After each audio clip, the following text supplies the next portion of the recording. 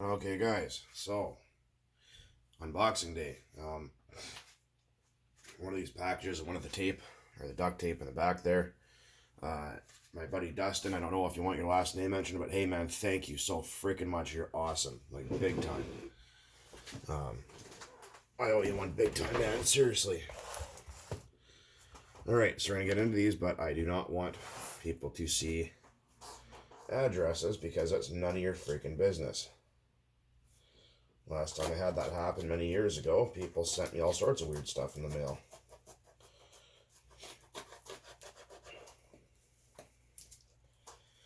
So I'm just going to see if I can get the top of this box open. Then you guys can see what I'm going to be looking at here in a moment. Oh.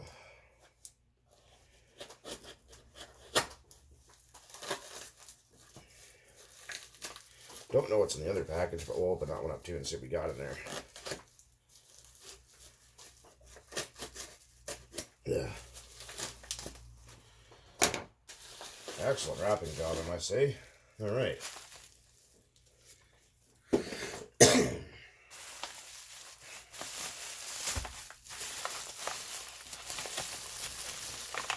So yeah, check it out.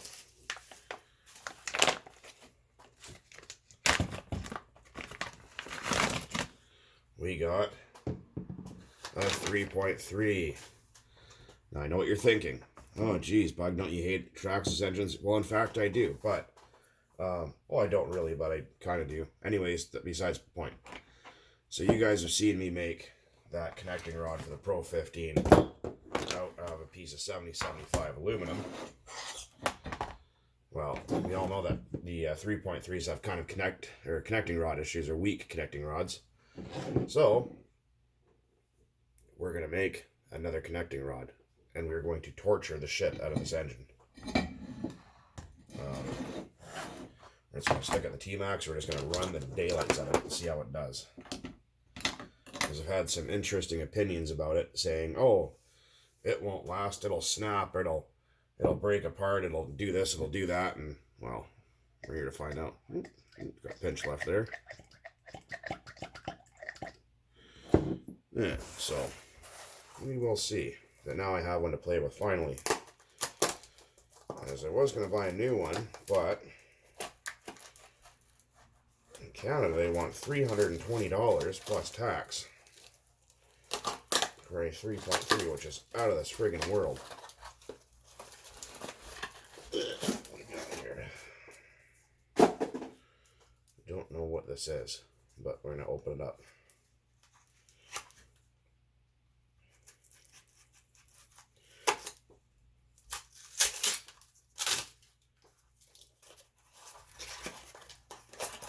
Whoa!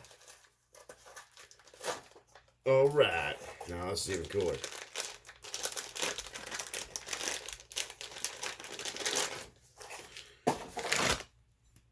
That, oh, I thought it was going to be greenish colored. It looked like that in that picture. Oh, well, that's still cool. What we got here is a Dynamite upgrade cylinder head for the 3.3 because I do not like the way the 3.3 cylinder heads look. Never quite been a fan of them. So I was cruising around eBay one night, you know, like I usually do on a Saturday or Sunday, and after a pretty good hangover, wake up with the staggers and jags and wonder what the hell's on there for sale. So went cruising around, and I was looking actually for a Dynamite cylinder head, and ironically enough, this one popped up, and seller said, cylinder head, RC cylinder head, no idea what it's for sale, $10. I'm like, huh.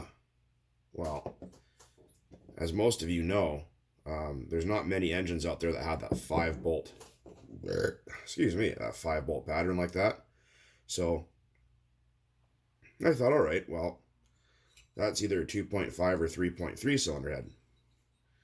And I thought, $10, huh? $7 shipping from Quebec.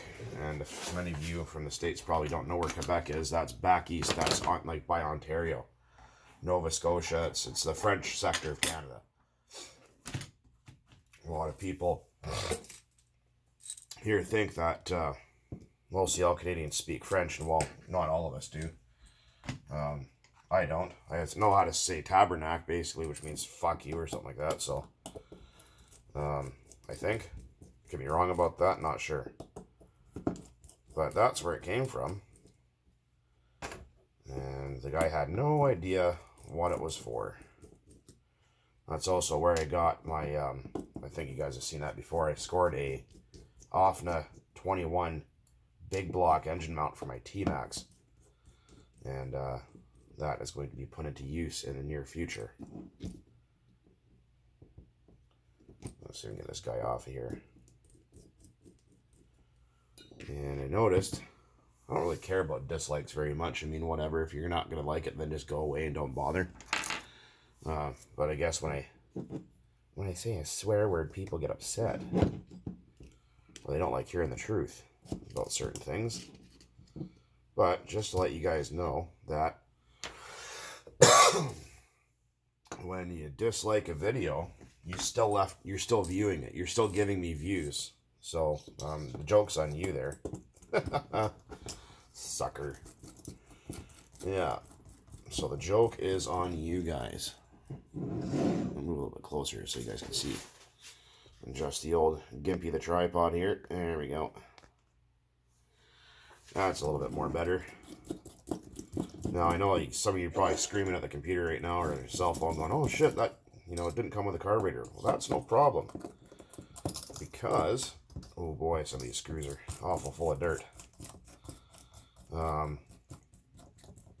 Yeah, about that carburetor. Well, that's okay. I don't really care about that because I, to be honest, hate Traxxas carburetors with a fiery passion. And I have, somewhere in my hoard, a brand new Lossy or Lossy 3.4 carburetor. And we're going to be using that on here. I thought I had an OS 11K, but I don't, unfortunately. Yeah. So, otherwise, I'd be using that. I did, however, look one up and call a hobby shop, and holy cow, are they expensive. 100 and almost 120 bucks Canadian for a carburetor. That's just out friggin' outrageous. All right, so as you can see, the differences here. I'm not trying to go for like optimal cooling. I mean, that cylinder head is more than enough from factory. I just like the way that it looks. I'm thinking that most of you have noticed by now that I like fancy looking cylinder heads. I just find it more attractive, although it does pretty much nothing. A lot of people think, oh yeah, you want a big cylinder head for super cooling and stuff. Well, need a paper towel.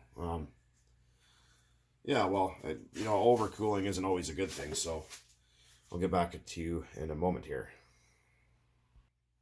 Okay, guys, welcome back. But getting on to what I was saying earlier about cylinder heads, a lot of people think, oh yeah, more cooling is more better. Well, it's actually really not that good either, because if you have an overheating issues, putting a bigger cooling head on it's not really going to solve much. Besides lead you into a false sense of tuning. It's going to make you think what's going on is better, but what it is you're just masking the problem. If it's overheating like crazy, like pushing 300 degrees all the time, that's probably because you're running too lean, fuel exhaust system leaks, too much oil in the fuel, improper tuning, the usual suspects. So going and jamming a big tall cylinder head on there isn't going to help you. Okay, so the head gasket stayed on top of the sleeve. That's okay. Look at that little piece of engineering. I really like the way that looks. I was worried that this was going to be for a 2.5, since the description, or the seller's description, said he wasn't sure what it was for. But for 10 bucks, hey man, it's not really even a loss if it didn't fit.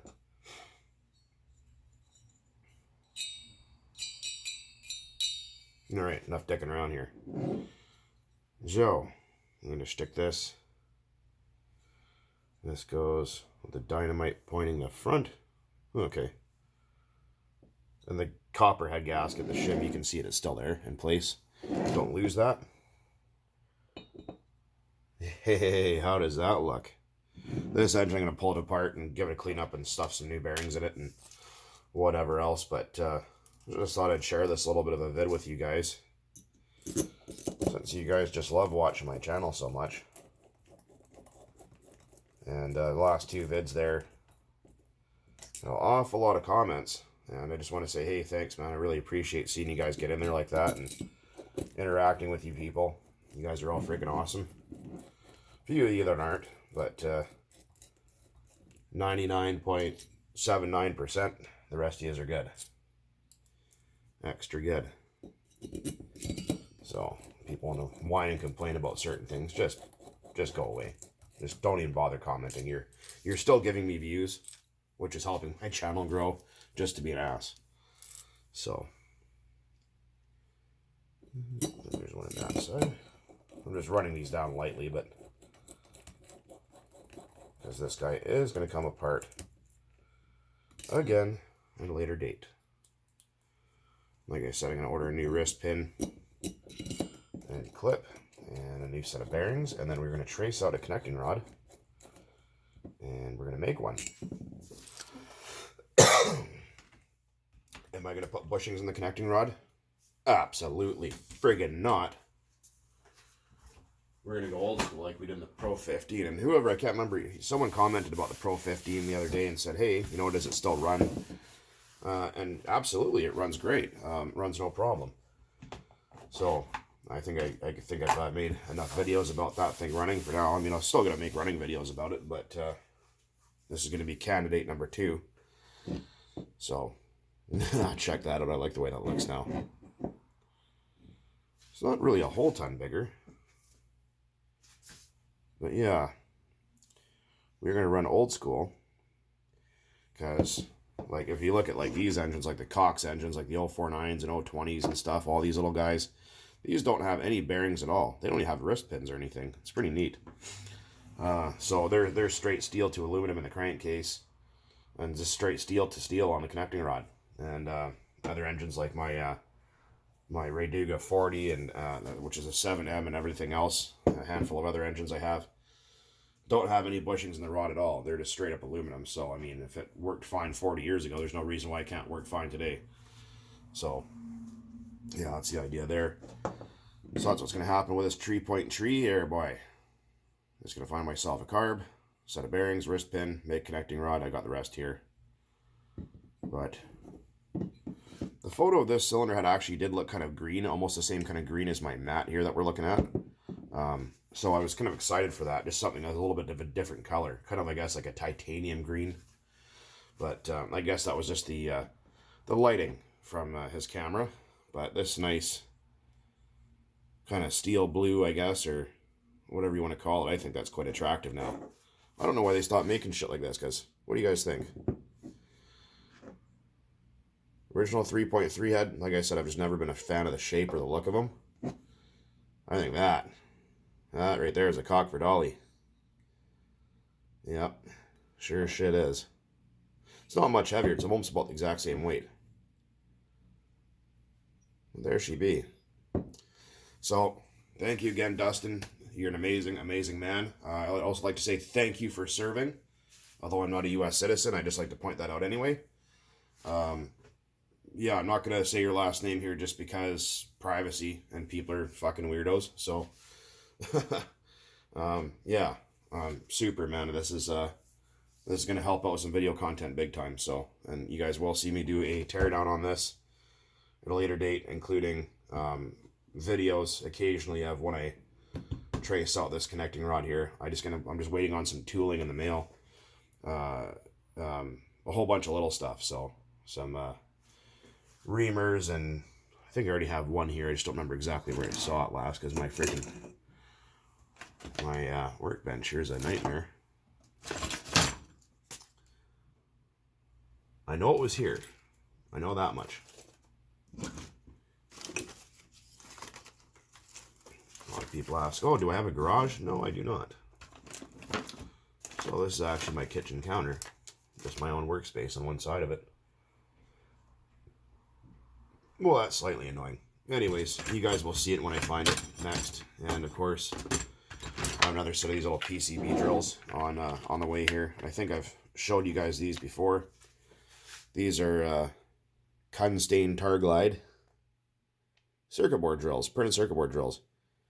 And they are just as hard as a coffin nail. And that's what I use for drilling oil holes. So, let's see if I can find a Pro 15 rod. I think I got one right here somewhere. Oh, there we go. So, you pop that rod out of there. You can see how there's an oil hole in the bottom, but there isn't one in the top. So what I usually do with these Pro 15 rods, or any rods for that fact that don't have them, is I take a center drill, and I just put a chamfer right here. A chamfer there, that way there's some room for oil to stay in there. Then I take it, I poke a hole right at the top of the rod, and that'll allow oil in there, and that'll allow more lubrication, obviously, make that wrist pin board last a hell of a lot longer. Because when you don't have any oil hole, the oil has a hard time getting in there, and then that pin board gets hotter and wears out faster and gets a bunch of slop, and your piston starts smacking the head and taking out glow plugs and all kinds of stuff. So you can do this yourself. If you have a drill press, it's half your luck. It's even better. And you can put this in a vise, carefully put it in a vise, and then get yourself some of these PCB board drills. That's what they look like. I think I got these on eBay for, I don't know, $4 or something like that. And then just peck drill a hole right through the top, and then come in with a bit of a bigger drill bit and just make a bit of a funnel on top, just a bit of a V. That way the oil will want to stay there. So that will help your rods last longer. As we all know, the 3.3 rods, they used to have the oil hole in the top. They moved it underneath, and they thinned out this area behind or underneath the pin board, and then put two big deep grooves all the way down the center, which made them weaker. Which was a really stupid idea, and they know exactly what they did wrong there, and they will not fix it. Anyways, starting to ramble on here. It's a great tune, by the way. But there it is. And I have another guy who is sending me another package there from the Texas area. And that's going to be some fuel-related nonsense with some stuff. I'm not going to get into that right now exactly. You guys are going to have to wait to see that. He's just going through a little bit of a hard time, buddy. I hope everything goes better for you soon out there. And then you guys will see what's going to happen next. Anyways, guys, as always, thanks for watching. Keep on burning nitro out there. Be creative and experiment with things. It's what keeps this hobby interesting. Later.